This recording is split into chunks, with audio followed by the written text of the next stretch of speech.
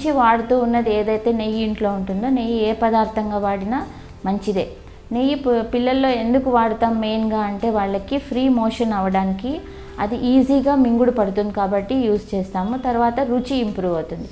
ఆవు నెయ్యకు గేదె నెయ్యకు ఉన్న ఒకటే ఒక తేడా ఏంటి అంటే, గేదె నెయ్యిలో కొద్దిగా కొవ్వు శాతం ఎక్కువగా ఉంటుంది, ఆవు నెయ్యిలోనేమో కొవ్వు శాతం తక్కువగా ఉంటుంది.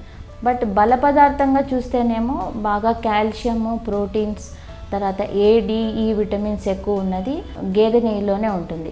మీ పాప ఒకవేళ బరువు పెరగడం లేదు, లేదా కొద్దిగా వృద్ధి అవ్వడం లేదు, తినడానికి సమస్యగా ఉంది అనుకుంటే, ఇద్దరు పిల్లల్లో ఎవరైతే కొంచెం బరువు తక్కువగా ఉండి సన్నటి శరీరాకారం ఉంటుందో వాళ్లకు గేదె నెయ్యి వాడినా పర్వాలేదు.